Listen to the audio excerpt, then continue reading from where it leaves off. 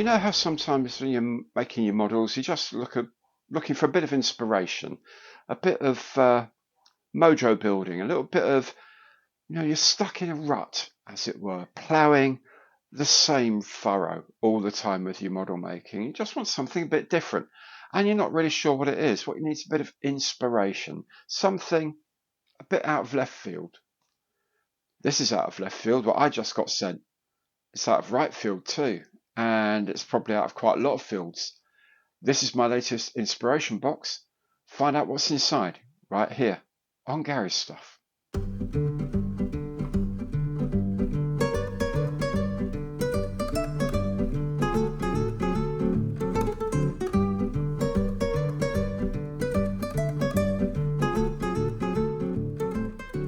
Hi there, I'm Gary. Welcome to my channel. Welcome back if you've been here before. Now today, indeed, I'm looking inside the inspiration box, the quarterly inspiration box sent to me by James Skiffins from Spruebox.co.uk. If you like the video, and I hope you do, please remember, imperial thumbs up on the like button below because every like counts. And of course, if you haven't done so yet, please do subscribe to the channel.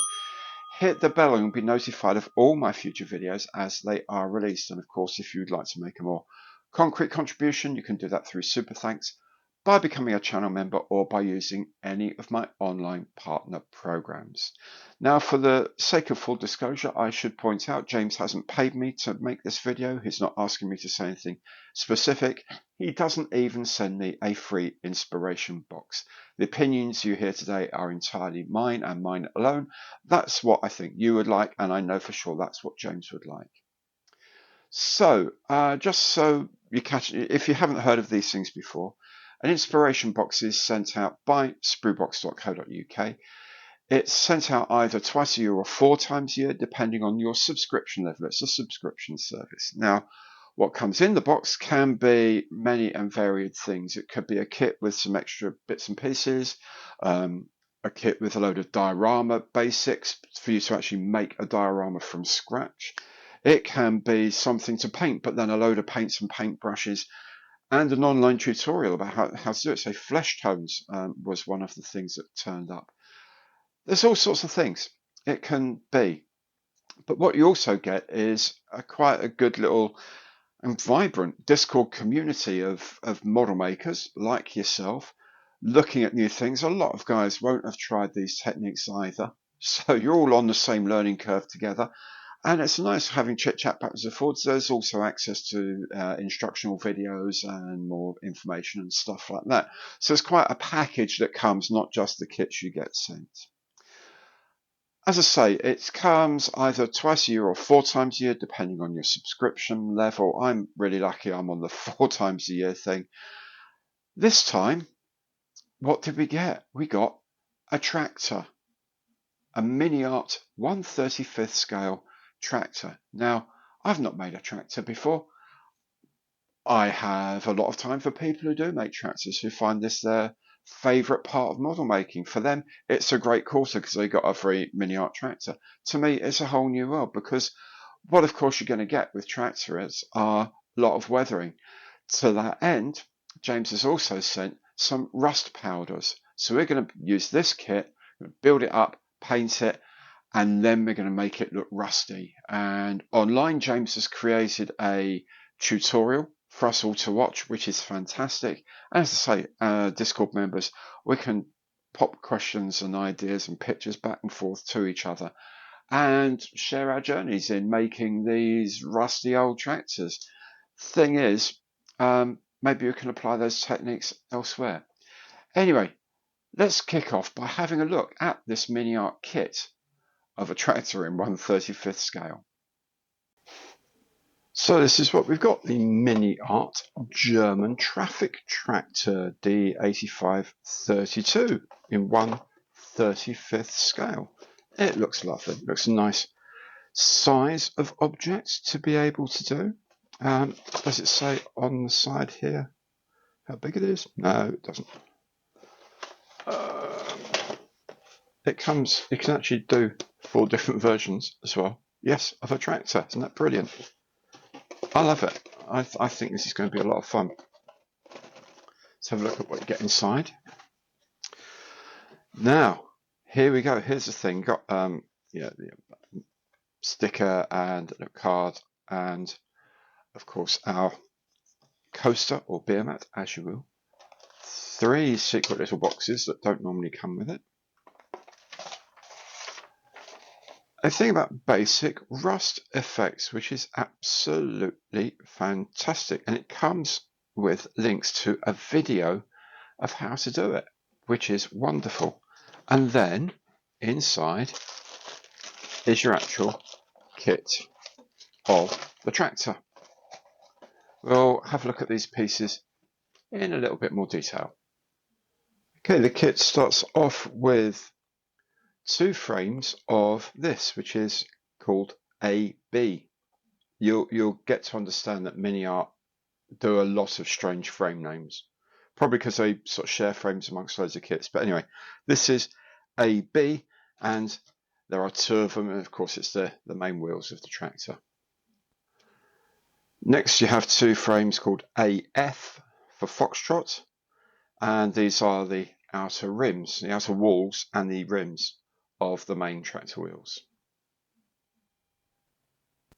We then have frame CE, which appears to have been split into 2, mainly I guess for packaging purposes. This is given as CE on the map that you get with the kit. So this is CE, this is bits of engine and things like that, transmission, whatever.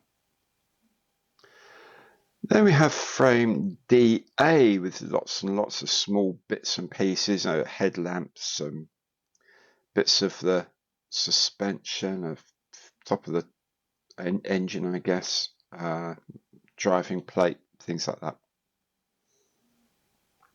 Then there's DB, which is a lot of the tin work, the windscreen holder, the mud guards, roof of the cab, sides to the mud guards, and so on. Then we have DC. I am not going to even guess what a lot of this stuff is at the moment. That might be the exhaust. We'll find out in the course of time what all of this stuff is. Now frame ED. This is the front mud flaps, mud guards I should say, maybe the bits that hold them up, something like that. Oh, and some headlamp cluster. And then a couple of wheels. I think these are the front tyres for the truck. The last plastic frame are the clear parts. Here I guess these are variants on the headlamps and of course the windscreen. If I have a bit of a closer look at the plastic, please do forgive me if you can hear the thumping of music next door. It's my very inconsiderate neighbour playing his music when I'm trying to film. Yeah, the plastic looks very good. These aren't terribly large parts, and the moulding is very fine, very good. It's a handbrake, I suspect, right there.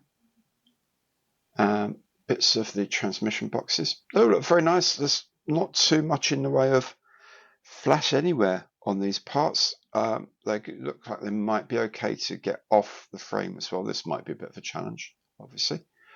But otherwise, the parts look in very good shape. There are quite prominent ejector pins at times. We'll find out later whether that actually makes a difference during the build, whether those get in the way or whether we just take them off. But otherwise, that's looking all right. There's also a sheet of photo etch, which is rather lovely. There's not too much of it, which is even nicer, but it's a nice nameplate for the Lance Bulldog, the brand of the tractor. And they're on a sticky backing, so you can peel one side off, take them off, and they're going to stay stuck to the background, not ping off into the distance. Hopefully, if we do it right. Let's see how we get on with that later on. And there's a decal sheet for, as I say, for 4 different versions, or 4 different marking schemes. They all look very nice. Let's have a closer look, however, at the decals themselves.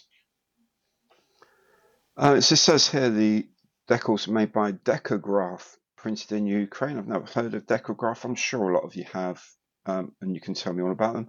As usual, 0.5mm pencil lead here, so this printed in Ukraine is about 0.4 maybe. Very, very clear. These little plates, ID plates and all that, they're lovely. For 1/35, they're absolutely fine. No problems with them at all. Something MiniArt does really quite nicely at the moment are the instruction sheets. This general layout is really nice, full color, good quality.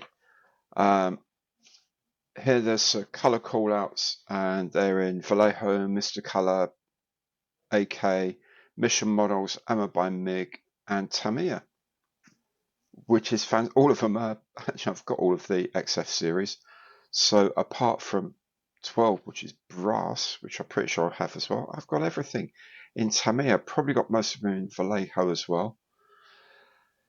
Anyway, page 1 is there's some sort of general instructions, also some interpretations of the signage and the icons they use, and then the frame map, which is going to be quite useful. The build is very nicely laid out. An interesting point is that now and again they add things for experienced modelers. Now, whether that's, you're gluing on a piece that you wouldn't otherwise glue on because it's teeny tiny, I don't actually know. We'll find out what that means. I'm not entirely sure what that means yet. We'll find out as we go along. There's bits of photo etch here and there, they crop up as well. It doesn't look horrendous, I have to say. It doesn't look absolutely horrendous, this build. There is a lot of it, but then MiniArt do that. And it is an open tractor, so you will get quite a lot of stuff in there. But you know what? It doesn't look terrible. And we're going to get instructions on how to do the weathering from James at Spruebox. So we're going to build this and paint it. And then we're going to start weathering it. At the back here, the layouts for where the different decals go and colors and all that, very, very nicely laid out. Beautiful full color, and you can see there's done a lot of rusting already on the instructions. There's lots of sort of dust and mud around the wheels. Really nice looking things. This is very attractive in the red color, which of course is the box scheme. So yeah, really nice set of instructions. And the 3 tins that I had in the box earlier, they didn't come with the kits. They came as extras from James, and each box contained, if we can open it, oh, it slides open, a different rusting powder. There we go. It's got dark, medium, and light rusts, which is fantastic. It's been nice little boxes to keep them in as well once they're open. And I look forward to learning from James how to use them. That looks quite an intriguing kit. I'm quite looking forward to making it, actually. And James, yes, I promise you I will make this one. I really will. I have started one of the other inspiration boxes you sent me, by the way, but I will definitely wedge this in along the way somewhere because I'm intrigued by it. Now, I do have a couple of bits of rusting powder already. I think Humbrol gave us some last year at the Airfix event. However, I've only really used them on exhausts so far. I've used them on aircraft exhausts, and they look really good on aircraft exhausts. They give just the right sort of colour, but patina as well. That's a good word, isn't it? Patina.